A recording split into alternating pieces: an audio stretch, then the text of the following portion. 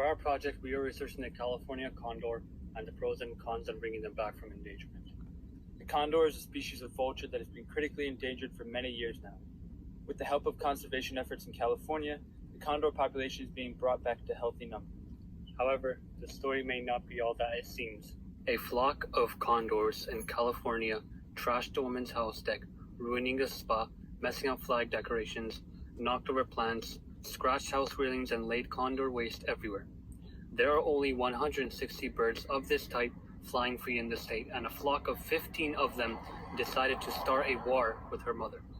What are these condors, and why are there only 160 of them left in the state of California? The number one threat to condors is lead poisoning.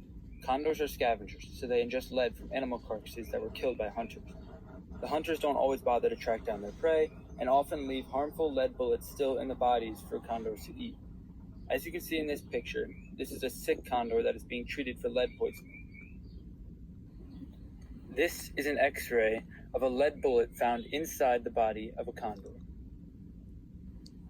This chart shows all the many reasons why condors were and still are an endangered species. It is a struggle for them to coexist with the human race, and proof of this is that 50% of condor deaths are directly related to lead poisoning from lead bullets. These are clips of the California condor flying in the wild. As you can see, the condor is a very large bird with a wingspan of around 9 feet.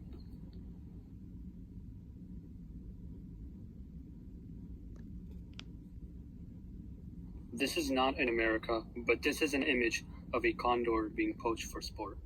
They're also targeted because some people view them as pests and want rid of them. In California, lead poisoning, microtrash ingestion, and habitat destruction from housing developments and oil and gas drilling all threaten condors. These 4 actions damage their environment and habitat. This is a picture of a forest that has been affected by logging and deforestation. Humans require loss of natural resources like lumber to survive, but the effects can be almost catastrophic.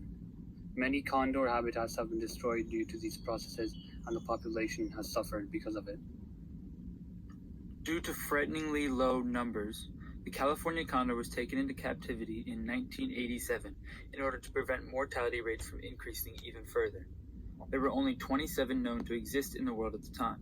Since then, they have been protected and safely bred in captivity and were reintroduced to the wild in 1992. Their numbers went from around 27 to 160 and are now currently at more than 330. Right here in this image, you can see an example of a condor sanctuary in California. As for the lead poisoning issue, conservation efforts have begun for that as well.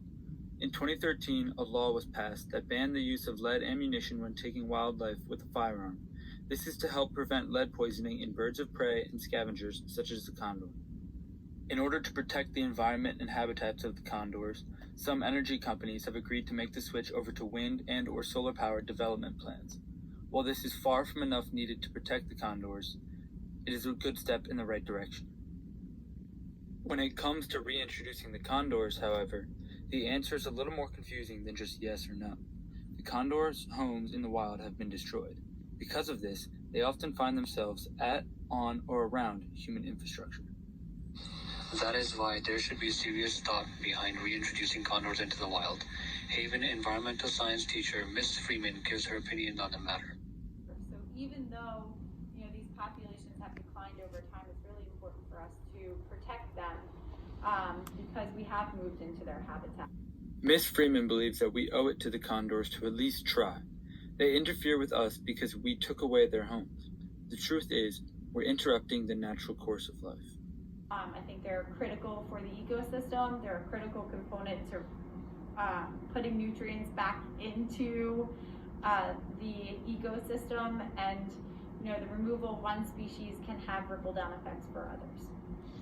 In conclusion, the condors are a wonderful species of bird that we have forcefully driven from their homes.